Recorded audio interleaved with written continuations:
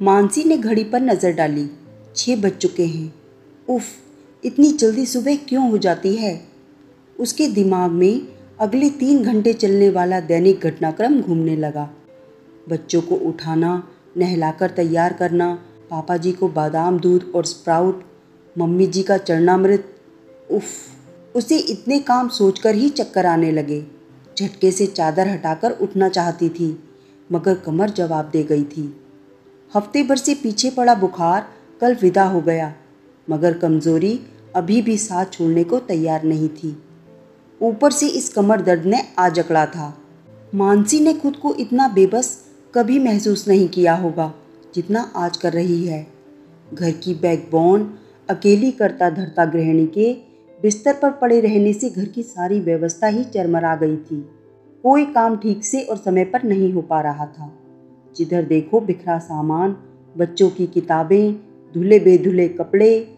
मानसी को ऐसी अव्यवस्था की तनिक भी आदत नहीं है। बीमारी से ज़्यादा बदहाल घर ने उसे परेशान कर रखा है। कल खुद से वादा करके सोई थी कि सुबह उठेगी और घर की गाड़ी वापस पटरी पर ले आएगी, मगर आज उसकी कमर धोखा दे गई। अब चाहे जो भी हाल हो, काम तो करने ही हैं। उसने एक स्ट्रॉन्ग पेन किलर निगली, खुद को हिम्मत दी और उठ खड़ी हुई। शुभम, शैली उठो, स्कूल को देर हो जाएगी। बच्चों को उठाकर बाहर आई। पतिदेव नितिन हॉल में अखबार पढ़ रहे थे। चाय शायद खुद बना ली है। माँ जी नहाने जा चुकी हैं। बाथरूम से ही मंत्रों की आवाज़ें आ रही हैं। उनका पूजा पाठ नहाने के साथ ही शुरू हो जाता है। रसोई में आई तो देखा कुछ भी काम शुरू नहीं हुआ। लाचारी मिश्रित गुस्सा उबलने को तैयार था। मन किया फट पड़े सभी पर। घर में किसी का भी दुख दर्द हो, हारी बीमारी हो, बढ़ चढ़कर सेवा की है उसने, और ये लोग उससे हफ्ता भर भी ना निभा पाए। माना नितिन को ऑफिस जाना है तो क्या थोड़ा जल्दी उठकर अखबार पढ़ने की बजाय बच्चों को तैयार नहीं कर सकते?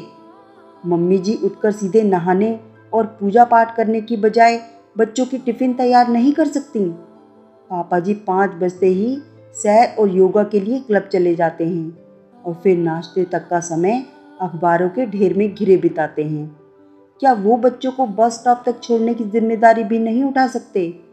आज तक उसने ऐसा कुछ नहीं सोचा था जो आज सोच रही है।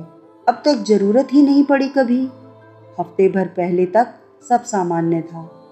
पिछले 12 सालों से सभी की पसंद, नापसंद और ज़रूरतों का ख्याल रखते हुए घर के सभी काम नियत समय पर आगे से भाग भाग कर किए जा रही थी, वो भी स्वेच्छा और खुशी के साथ। अजीब सी संतुष्टि मिलती थी उसे ऐसा करके।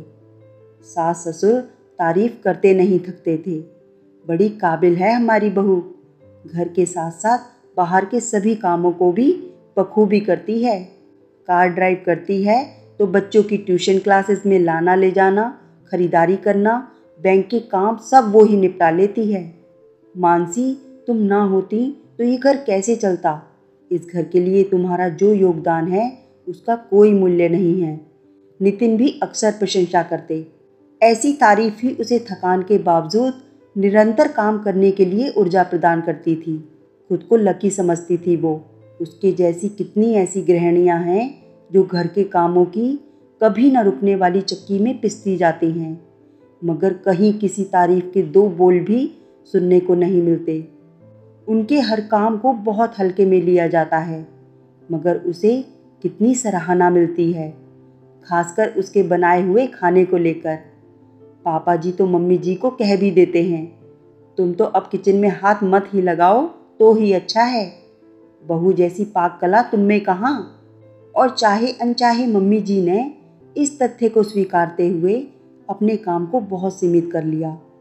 सबके हंसते खिलखिलाते चेहरों के बीच वो भी हंसती खिलखिलाती काम किए जा रही थी। हर काम के लिए उसे पुकारा जाना, हर सलाह मशवरे में उसकी राय लेना, इतना ही काफ़ी था उसका ये विश्वास कायम रखने के लिए कि सब उसे कितना चाहते हैं, उसकी कितनी कद्र करते हैं। मगर 3-4 दिनों से उसका ये विश्वास एक छलावा सिद्ध हो रहा था। उसे लग रहा है कि यह एक सोच समझकर बुना गया भ्रमजाल है, जो उसके इर्द गिर्द फैलाया गया है, ताकि कहीं किसी विद्रोही स्वर की गुंजाइश ही ना बचे। इससे पहले जब कभी बुखार आया तो वो पेन किलर खाकर किसी भी तरह खड़ी हो जाती थी। धीरे धीरे ही सही सब काम निपटा देती थी, मगर इस बार शरीर साथ ही नहीं दे रहा है। नितिन ने कह दिया कि मेरे नाश्ते टिफ़िन की चिंता मत करो, ऑफिस में खा लूँगा। मम्मी जी भी अपना और पापा जी का टोस्ट व दाल रोटी से काम चला रही हैं, मगर उसका क्या। और बच्चे, नित नए व्यंजन खाने वाले बच्चे कब तक टोस्ट व दाल रोटी खा पाएंगे। उनके कपड़े, यूनिफॉर्म, होमवर्क, प्रोजेक्ट वर्क, वो सब कौन देखेगा। इतने सालों में पहली बार स्कूल से शिकायत आई है, शैली का प्रोजेक्ट समय पर नहीं बना। कोई साथ बैठकर कराता तभी तो। पापा जी चाहते तो बनवा सकते थे, ग्लोबल वार्मिंग पर ही तो था। सबने अपना अपना खाना पीना संभाल लिया, पर इससे आगे कुछ करने की किसी ने ज़रूरत ही नहीं समझी। क्या इसी को कहते हैं सहयोग देना और ख्याल करना। मम्मी जी ने भी 2 दिन तो हालचाल पूछा। तीसरे दिन स्वर में चिंता और झल्लाहट टपकने लगी। अभी भी बुखार नहीं उतरा क्या? खड़ी नहीं हो पा रही हो क्या? दवाई बदल कर देख लो। चेहरे के भाव स्पष्ट थे। बहुत आराम हुआ, अब खड़े होकर घर संभालो। नितिन भी 1-2 दिन सपोर्ट दिखाकर तीसरे दिन से रूटीन लाइफ में बिजी हो गए। उसे सबसे ज़्यादा बच्चों की फिक्र हो रही थी। अब न कोई उन्हें टीवी से हटकर पढ़ाई करने को कहता है, ना ही कोई रात को ज़बरदस्ती ब्रश कराता है। किसी किसी दिन तो नहाए बगैर ही स्कूल चले गए हैं।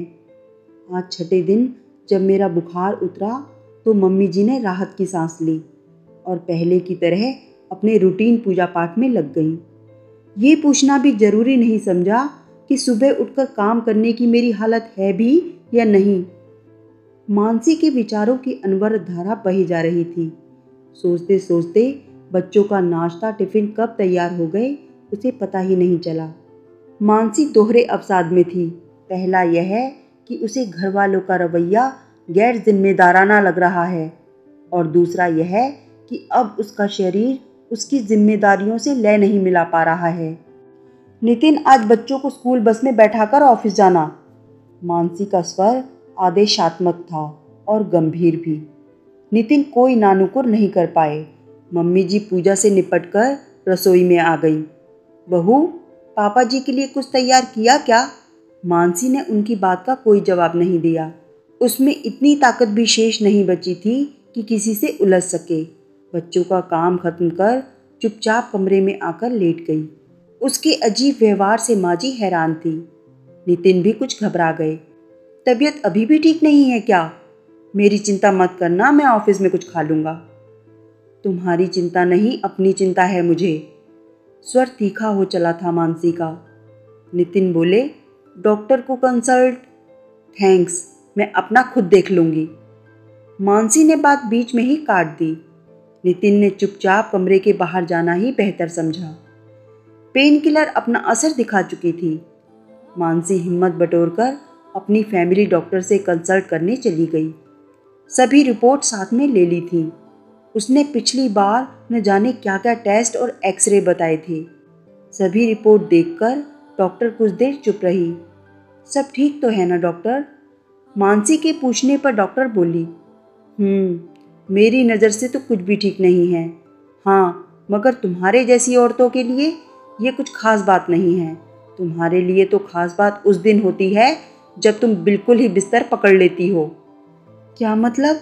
मैं समझी नहीं। मानसी घबरा कर बोली, मतलब ये मानसी कि तुम्हारी सभी रिपोर्ट मुझसे तुम्हारी ये शिकायत कर रही हैं कि घर में सबका बखूबी ख्याल रखने वाली मानसी ने अपना ज़रा भी ख्याल नहीं रखा।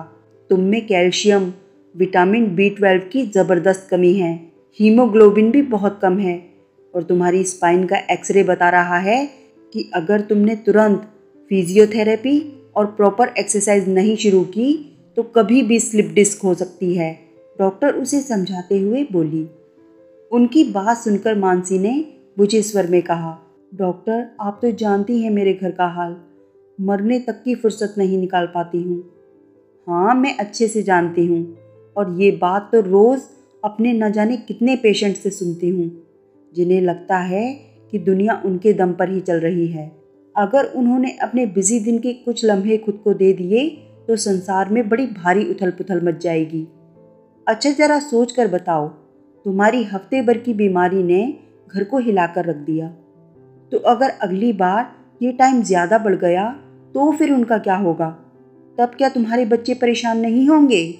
और अगर तुम्हें स्पाइन की कोई बड़ी प्रॉब्लम हो गई तो संभव है महीनों बिस्तर पर रहना पड़े, तब क्या करोगी?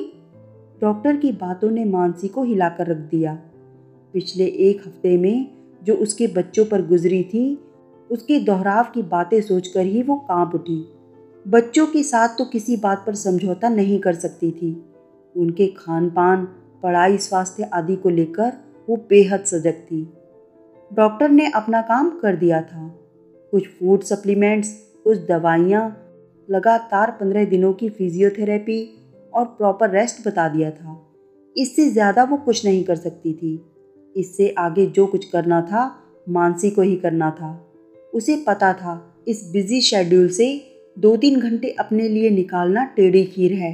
घर में सबको जी हजूरी की आदत जो लगी हुई है, मगर वो जानती थी कि इसके लिए वो खुद ही जिम्मेदार है। शैली 10 और शुभम 8 साल का है, मगर अभी तक वही उनके सारे काम कर रही है। चाहे कपड़े निकाल कर देना हो, बाथरूम में तौलिया पकड़ाना हो, जूते चप्पलों को ठीक से रखना हो, बैग लगाना हो या फिर बाल बनाना हो, हर काम के लिए वे उसी पर निर्भर हैं। हों भी क्यों ना, उसने कभी कोशिश ही नहीं की उन्हें आत्मनिर्भर बनाने की। ममता में अंधी होकर उसने कभी ये भी नहीं सोचा कि ऐसी आदतें आगे बच्चों को भी दुख देंगी और उसे भी। तभी उसकी हफ्ते भर की बीमारी ने बच्चों पर इतना बुरा असर डाला। अगर वो अपने काम खुद करना जानते तो इस समय ना उसे परेशानी होती ना ही उन्हें। खैर, जो हो गया उसके बारे में सोचकर कुढ़ने से क्या फ़ायदा। अब आगे कैसे स्थिति सुधारी जाए, इस पर ध्यान देना है। सबका अच्छे से ध्यान रखने के लिए उसे अपना ध्यान रखना ही होगा। धीरे धीरे ही सही सब ठीक हो जाएगा। मन में सकारात्मक पहल लिए मानसी घर की ओर चल पड़ी। आ गई बहू? क्या बोली डॉक्टर? सब ठीक है ना? माँ जी चिंतित थी। हाँ, अभी तक तो सब ठीक, मगर चलो शुक्र है भगवान का। माँ जी मानसी की बात बीच में ही काटते हुए ईश्वर को धन्यवाद देने लगी। इतना भर सुनकर ही उनकी समस्त चिंताएं दूर हो गई थी। इससे आगे कुछ डिटेल जानने की ना उन्हें ज़रूरत थी ना ही चाहत। लंच के लिए काफ़ी देर हो गई है, ऐसा करो कुछ हल्का फुल्का ही बना लो, तुम्हारे पापा जी भी आते होंगे। माँ जी ने फटाफट आदेश दिया। मेरी तो अभी हिम्मत नहीं है। आपने पीछे कुछ नहीं बनाया है तो फिर कुछ बाहर से ही ऑर्डर कर दीजिए। मानसी ने स्पष्ट लाचारी व्यक्त की। जवाब सुनकर माँ जी के चेहरे पर भले ही तनाव की रेखा खिंच गई थी, मगर मानसी ने खुद को बेहद हल्का महसूस किया। उसे लगा जैसे इतना कहने भर से ही उसके ऊपर लदा भारी लबादा एकाएक उतर गया। शायद एक निश्चित निर्णय पर पहुंचकर असंभव सी दिखने वाली चीज़ें भी आसान हो जाती हैं। तेरे पापा जी को तो बाहर का खाना बिल्कुल भी पसंद नहीं, बेकार में उनका मूड बिगड़ जाएगा। तो फिर आप देखिए कैसे मैनेज करना है। वैसे सिर्फ आज की ही बात है, कल से एक नौकर आ रहा है, मैंने बात कर ली है। वो घर के ऊपर के काम के साथ साथ खाना भी बना लिया करेगा। मगर तेरे पिताजी को तो नौकरों के हाथ का बिल्कुल नहीं चलता। स्वर के साथ साथ चेहरे पर भी कड़वाहट छितरने लगी। तो फिर पापा जी के लिए आप देख लेना, बाकी सबका वो बना दिया करेगा। फिर तुम क्या करोगी? लगभग चीखती सी माँ जी पहली बार अपना आपा खो बैठी। मुझे अब खुद को भी समय देना है, छोटा सा उत्तर देकर मानसी अपने कमरे की तरफ बढ़ चली। वो हैरान थी, कितनी बड़ी बात हो गई आज घर में। जीवन में पहली बार उसके और सासू माँ के बीच इस तरह की बात हुई, मगर उसे ना कोई ग्लानि है ना ही कोई चिड़चिड़ाहट, बल्कि वो खुद को बेहद शांत और सहज महसूस कर रही है। बच्चे स्कूल से आ चुके थे। मानसी उनका खाना पीना अच्छे से निपटाकर उन्हें ऊपर अपने कमरे में ले गई। माँ जी घंटे भर से अपने कमरे में अकेली बैठी बड़बड़ा रही थी। अब बात बर्दाश्त के बाहर हो चली थी। उनसे रहा न गया। सोचा, बहू की ऐसी बेअदबी बिल्कुल नहीं सहेंगी। जो भी हो, वो अभी भी घर की बड़ी हैं। माना बहू को थोड़ी ढील दे रखी थी, मगर ज़रूरत पड़ने पर लगाम कसना उन्हें आता है। अगर वो चाहती है कि घर के कामकाज से कटकर बस अपने बच्चों का करे, तो इस घर में ऐसा नहीं चलेगा। उसके बिगड़े तेवर ठीक करने ही पड़ेंगे। रौद्र रूप धारण किए माँ जी मानसी के कमरे की ओर बढ़ चली, मगर अंदर से आती आवाज़ों ने उनके कदम रोक दिए। मानसी बच्चों को अपनी बीमारी, बिगड़ती सेहत और उनकी जिम्मेदारियों के बारे में समझा रही थी, और बच्चे उससे वादा कर रहे थे कि वो न सिर्फ अपने काम अच्छे से करेंगे, बल्कि अपनी प्यारी मम्मी की सेहत का भी पूरा ध्यान रखेंगे। माँ जी सब चुपचाप सुन रही थी। उन्होंने महसूस किया कि उनके पैर कमरे में दाखिल होने को तैयार नहीं हैं, और वो खुद पर शर्मिंदा होती हुई बोझिल कदमों से अपने कमरे में वापस लौट आईं।